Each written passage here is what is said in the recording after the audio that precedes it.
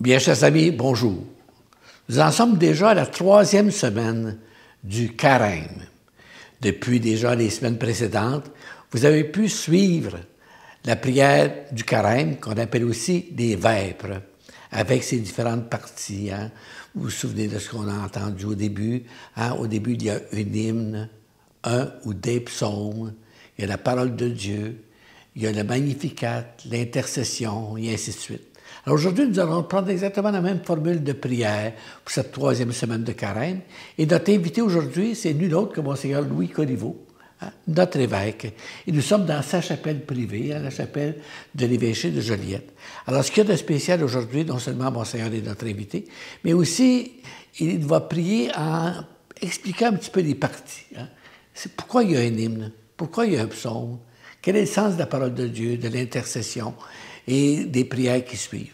Alors, je vous laisse la parole. Alors, frères et sœurs, bonjour. Claude disait quel est le sens de l'hymne. Il y a toujours un hymne au début de la célébration de Vêpres. Comme à l'Église, il y a toujours un chant d'entrée. L'hymne que je vais interpréter est choisi pour le temps du Carême. Il y a des hymnes pour le temps de Noël, pour l'Avent, le temps de Pâques, le Carême, aussi les fêtes des saints, le temps ordinaire. Vous remarquerez le vocabulaire de cet hymne. « Dépouillez-vous, quand vous mourrez, vous perdrez tout.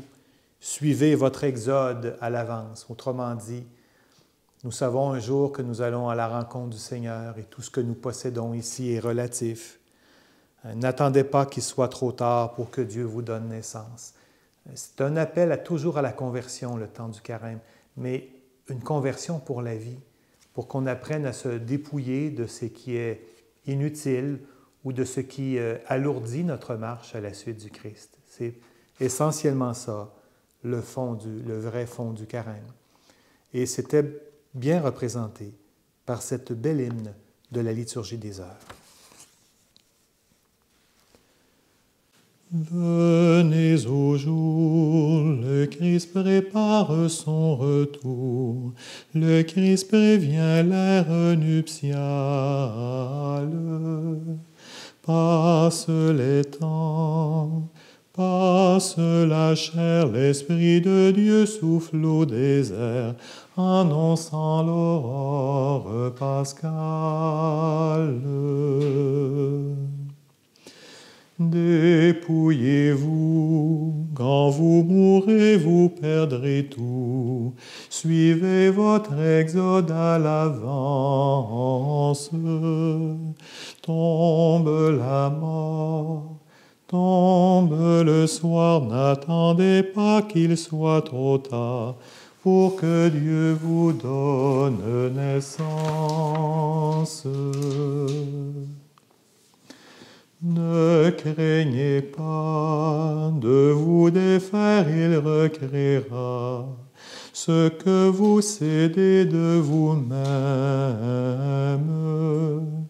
Fermez les yeux, baissez vos fronts, venez mendier sa création au fond des ténèbres humaines. Ne glissez plus sur votre pente à l'inconnu, car ici commence un autre âge. Retournez-vous, apprenez Dieu, il a promis son règne à ceux qui emprunteront ses passages. Le jour viendra où le désert fleurira et l'ombre rendra la lumière. Traversez-les dès maintenant, allez chercher au testament ce qui n'est pas né de la terre.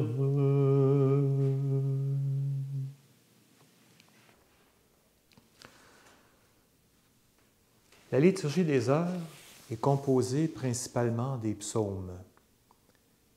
Les psaumes nous viennent de l'Ancien Testament. C'était la prière du peuple d'Israël. Je cite quelques passages de psaumes que vous connaissez bien. « Le Seigneur est mon berger, je ne manque de rien. » Vous connaissez très bien cette phrase. Le psaume 22. « Mon Dieu, pourquoi m'as-tu abandonné? » Ce psaume, cette phrase du psaume, Jésus la cite lorsqu'il est sur la croix. « Le Seigneur est ma lumière et mon salut, de qui aurais-je crainte? » Psaume de confiance. Ici, le fameux psaume 50, c'est un psaume pénitentiel. Celui qui l'a composé a conscience de son péché. Il a fait le mal, il a manqué à l'alliance avec Dieu, il a manqué à ses devoirs d'homme croyant. Mais ce qui est important, c'est qu'il dit, la première phrase le dit, « Pitié pour moi, mon Dieu, dans ton amour. » Alors, il est conscient d'être pécheur. Mais ce n'est pas grave, ce n'est pas ça qui importe. C'est qu'il est en relation avec un Dieu d'amour qui, lui, est toujours prêt à nous relever, qui est toujours prêt à pardonner. On l'a entendu au mercredi des Cendres, Dieu lent à la colère, plein d'amour pour tous ceux qui se tournent vers lui. C'est ça l'essentiel. Dieu veut constamment qu'on se tourne vers lui et qu'on se relève. Et il n'y a rien que Dieu puisse pardonner. Frères et sœurs, nous pourrions, quand on prie ces psaumes, nous les prions d'abord en union avec tous ceux et celles qui ont prié avec ces mots avant nous, et ça comprend Jésus lui-même, qui a prié le psaume 50. La Vierge Marie a prié ce psaume 50. Il les connaissait par cœur. Alors, prions ce psaume en union spécialement, frères et sœurs, avec toutes les personnes qui se sentent loin de Dieu ou qui se disent « j'ai fait quelque chose dans ma vie et je ne crois pas que Dieu puisse me pardonner. » Et il y en a de ces personnes qui se sentent tellement loin de Dieu des fois et elles ne croient pas que le retour est possible vers lui. Frères et sœurs, Dieu est Père, et comme le Père du Fils prodigue, il est toujours sur le seuil de sa porte. Et il attend que nous revenions à la maison pour nous ouvrir ses bras. Unissons-nous à toutes ces personnes qui ont besoin de sentir que Dieu les aime, comme ils sont, malgré leur passé.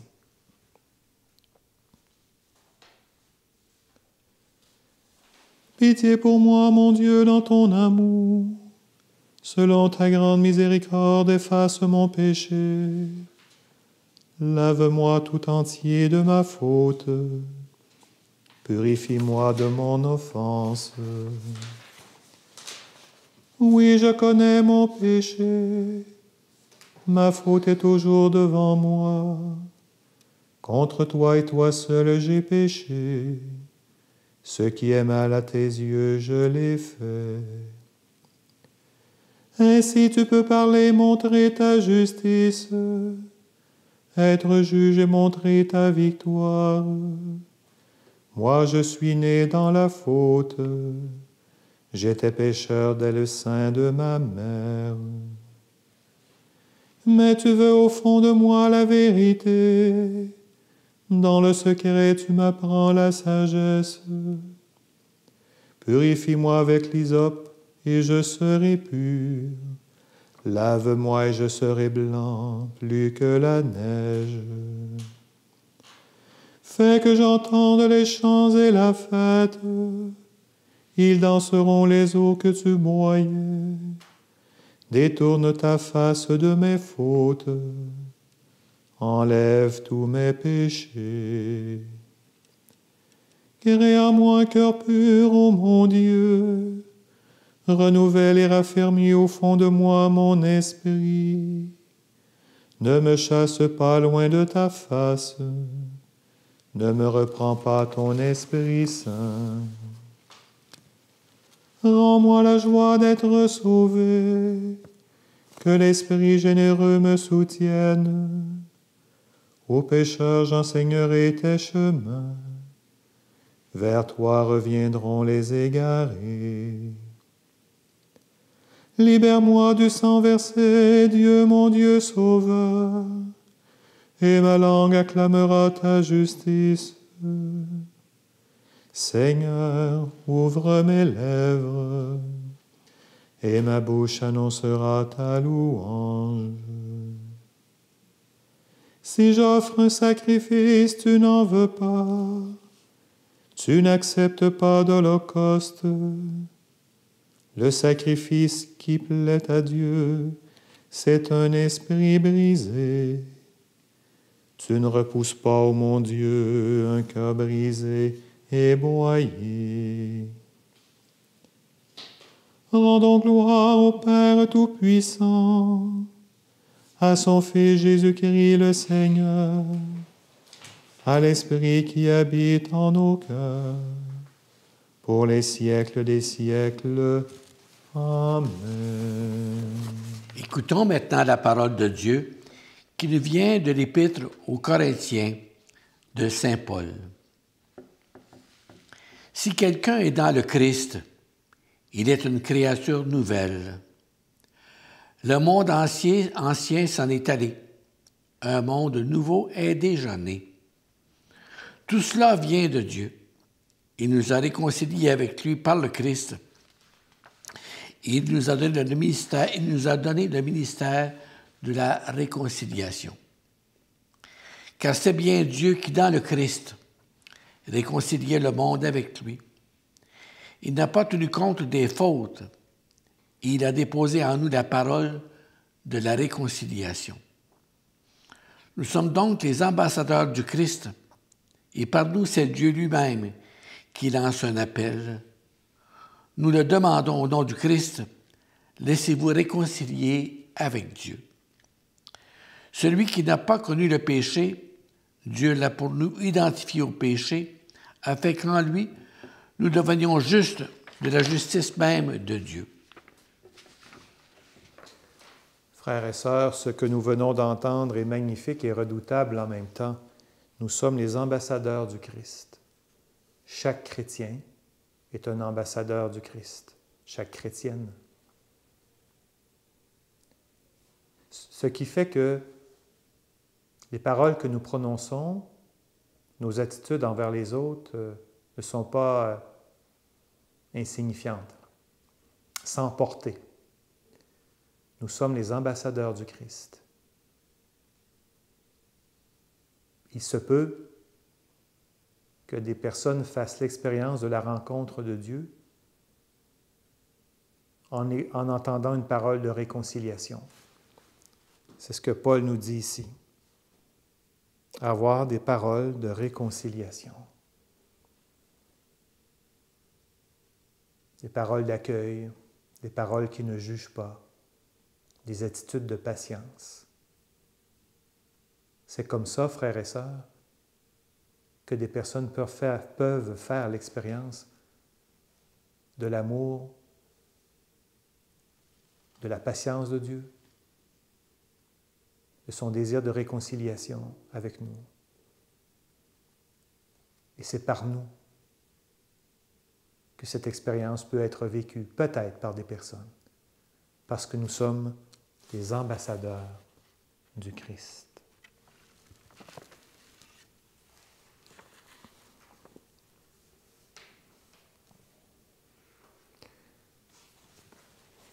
Chaque fois que nous célébrons Vêpres, nous nous unissons à la prière de la Vierge Marie. Magnifique est le Seigneur, tout mon cœur pour chanter Dieu, magnifique est le Seigneur. On connaît bien, plusieurs personnes connaissent le Magnificat. Il s'est penché sur son humble servante. À la fin de la journée, unis à ce chant de la Vierge Marie, ce cantique de la Vierge, nous pouvons dire, nous sommes appelés à voir comment le Seigneur a pu se pencher sur nous au cours d'une journée. Ça vaut la peine quelquefois de s'asseoir, peut-être avec une autre personne ou avec un groupe de personnes, ou soi-même dans le silence, prendre quelques minutes pour dire comment le Seigneur a pu me rejoindre aujourd'hui, comment j'ai pu faire l'expérience, comment j'ai pu entendre parler d'une parole de réconciliation. J'ai peut-être rencontré un ambassadeur du Christ, de par son attitude, de par ses paroles. À ce moment-là, nous pouvons nous unir au cantique d'action de grâce de la Vierge Marie et dire comme elle, le puissant fit pour moi des merveilles. Il s'est penché sur son humble serviteur, sur son humble servante.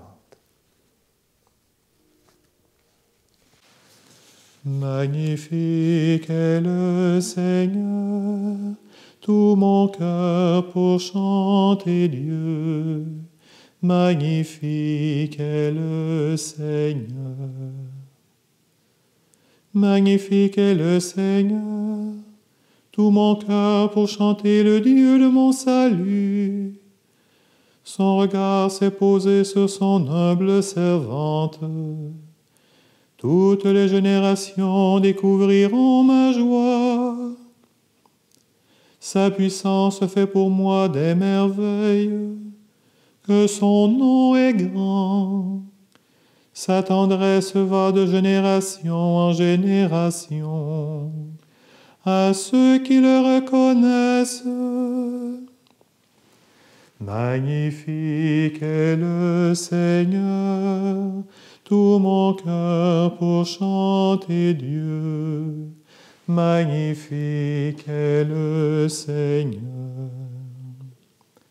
Il déploie la force de son bras pour la déroute des orgueilleux.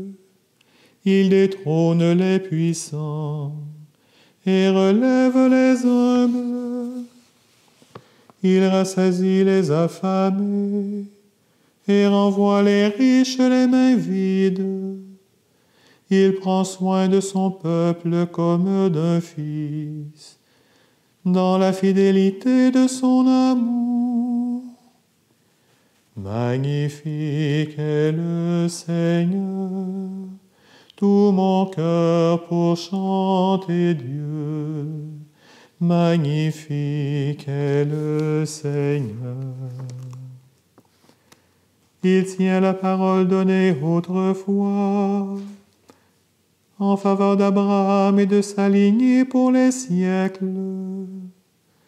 Gloire au Père et au Fils et au Saint-Esprit, pour les siècles des siècles. Amen. Magnifique est le Seigneur, tout mon cœur pour chanter Dieu. Magnifique est le Seigneur.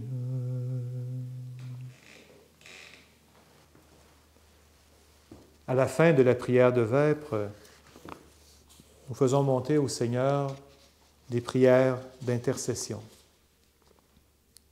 C'est une manière d'ouvrir notre cœur spécialement aux besoins du monde. Un chrétien, une chrétienne ne prie jamais isolément. C'est toujours en union avec les souffrances et les joies des hommes et des femmes de ce temps. Je vais chanter un refrain qui est connu assez aussi des gens qui viennent à l'Église régulièrement, « Kyrie eleison », des mots grecs. Un rare refrain avec des mots grecs qui est resté dans notre liturgie latine. « Kyrie eleison » qui veut dire « Seigneur, prends pitié ». Kyrie Christe, Kyrie eleison. Pour la personne qui te juge encore, indifférente à la vie de ce monde. Kyrie Christe, Kyrie eleison. Pour celui ou celle qui ne trouve aucun sens à l'existence, alors que le don de Dieu le lui offre. Kyrie Christe, Kyrie eleison. Pour celui et celle qui laisse dormir son baptême, au lieu de se laisser envahir par lui. Kyrie Christe, Kyrie eleison. Pour tous les êtres humains qui sont passés par la mort et que nous confions à ta miséricorde. Kyrie Christe, Kyrie eleison. Et pour tous les peuples, les membres du peuple de l'Ukraine, de la Russie, afin que la paix vienne les rejoindre. Kyrie Christe, Kyrie eleison.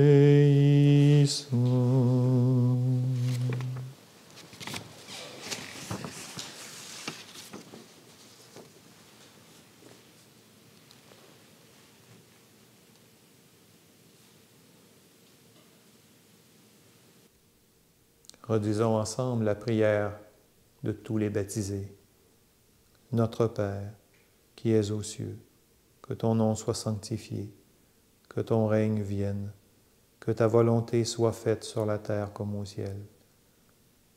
Donne-nous aujourd'hui notre pain de ce jour. Pardonne-nous nos offenses comme nous pardonnons aussi à ceux qui nous ont offensés. Et ne nous laisse pas entrer en tentation, mais délivre-nous du mal. Tu es la source de toute bonté, Seigneur, et toute miséricorde vient de toi. Tu nous as dit comment guérir du péché par le jeûne, la prière et le partage. Écoute l'aveu de notre faiblesse. Nous avons conscience de nos fautes, patiemment. Relève-nous avec amour. Nous te demandons par Jésus le Christ, notre Seigneur. Le Seigneur soit avec vous.